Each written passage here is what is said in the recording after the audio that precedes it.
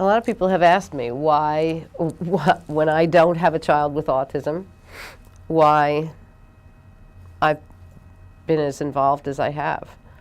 And again, I'm going to just say it's the people. It's insight into a mind that is brilliant and creative and humorous. It's like you have eyes to see something that you couldn't see before. Part of my job that's been most enjoyable has been the people I've met over the years. One of those friendships began almost as soon as I started to work at Zimmerman Edelson 16 years ago.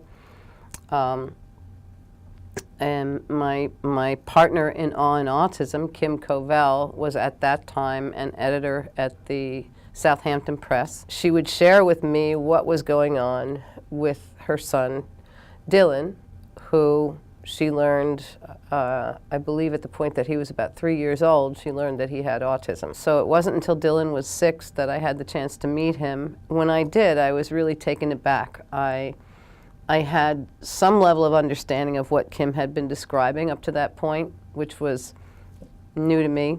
I knew nothing about autism.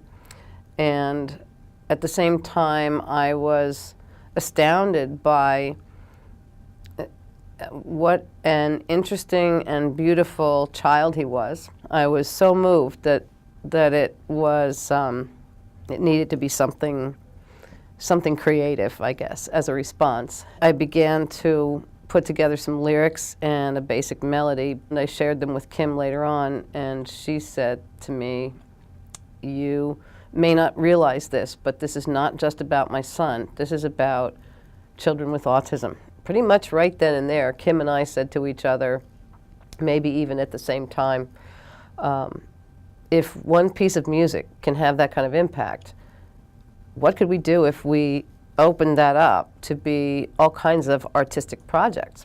We began to do some research, thinking that maybe we'd do a website. Awe and Autism is both a website and an organization aimed at offering inspiration and encouragement not only to people who are on the autism spectrum, but to parents, teachers, caregivers, anybody really who's involved with people with autism. It's not only the art's ability to penetrate the human psyche in some way, but also the ability that a person with autism may have to communicate in an alternative way. It has been suggested to me that that I exhibit certain tendencies that that might indicate that I am somewhere close to the autism spectrum. My partner Kim asked me to take a test. It was the Baron-Cohen test.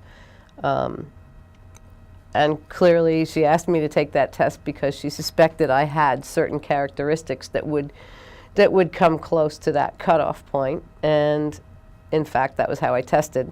Perhaps a sensitivity that I have toward people with autism and why I may relate better is because I really, for reasons I'm not sure I even yet understand, I did feel very different. I believe we all need to communicate. I believe that we're all designed, intricately wired to not only want to communicate, but to want to create. And I think those two things come together frequently with people on the autism spectrum. And as a result, they are able to express themselves, and then on autism, a role that I think we developed into was to help give them a place to do that.